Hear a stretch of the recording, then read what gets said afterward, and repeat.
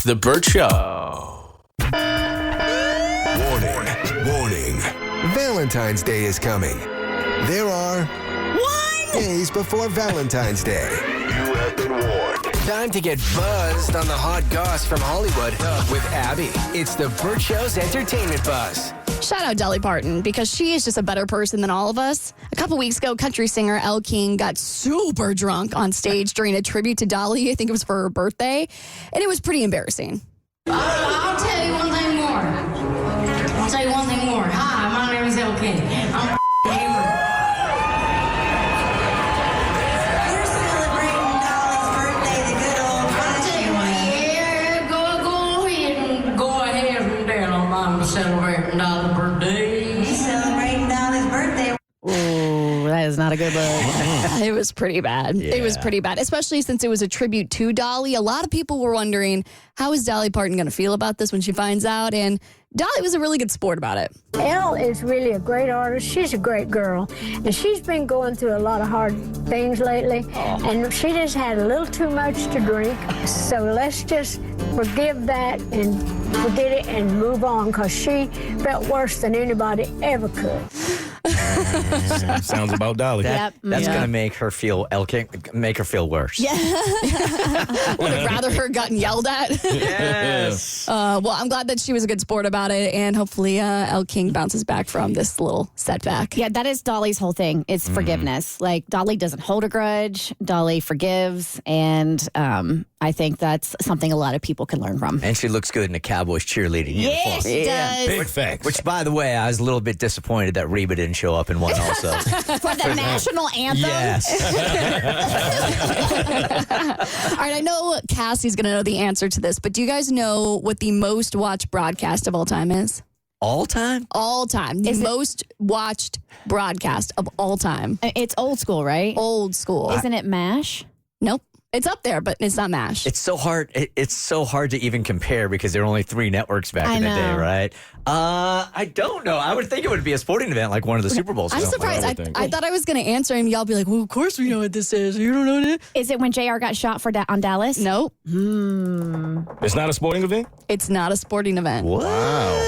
It's not the Friends finale, is Is it? Cassie about to come in hot with the answer? I don't think so. You don't know? Is it Grey's Anatomy? No. It is the Apollo moon landing. That is the most watched broadcast of all time. As it should be. Somewhere between 125 million and 150 million people ended up watching it. But the Super Bowl this weekend is now the second most watched broadcast of all time. And I'm wondering if you can get anywhere close to how many people watched it. If you had to take a guess, how many households tuned in? What's your number? I'm going to say 100 mil.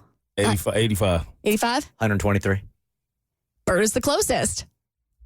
It was 123, 400,000 people. So we're literally like 500,000 people away from being the most watched broadcast of all time. Yeah. The moon landing is it could have been 150 million. It's not like a set number, but it's 125 to 150. So it's pretty crazy. Last year's was the most watched Super Bowl, and I think this year's, because now this one passes it up. Who are we going to say was the influence this year Usher. to get it past the over the top? Usher? I think not. Sure. Right. It was definitely the Swifties, right? Yeah, the Swifties. And apparently 20% of Chiefs fans say they tuned in specifically to see Taylor Swift, which turned out to be a little bit of a disappointment because she was only shown for 54 total seconds, which is 0.36% of the entire game. So if you're a hater.